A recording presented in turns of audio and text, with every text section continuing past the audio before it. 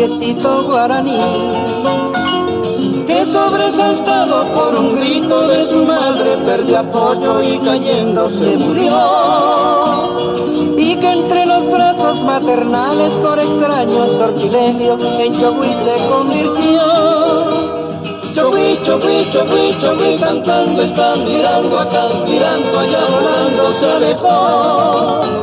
Chogüí, Chogüí, Chogüí, Chogüí, qué lindo va, qué lindo es, perdiéndose en el cielo azul turquí.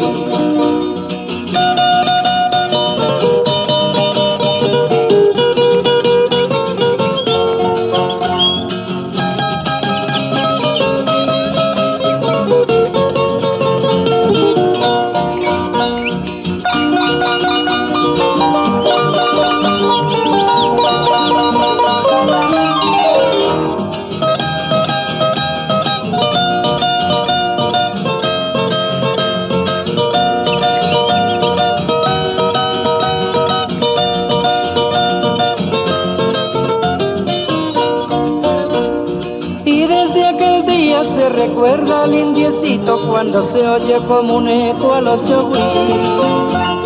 Es el canto alegre y bullanguero del gracioso naranjero que repite su cantor. Salta y picotea las naranjas que es su fruta preferida, repitiendo sin cesar.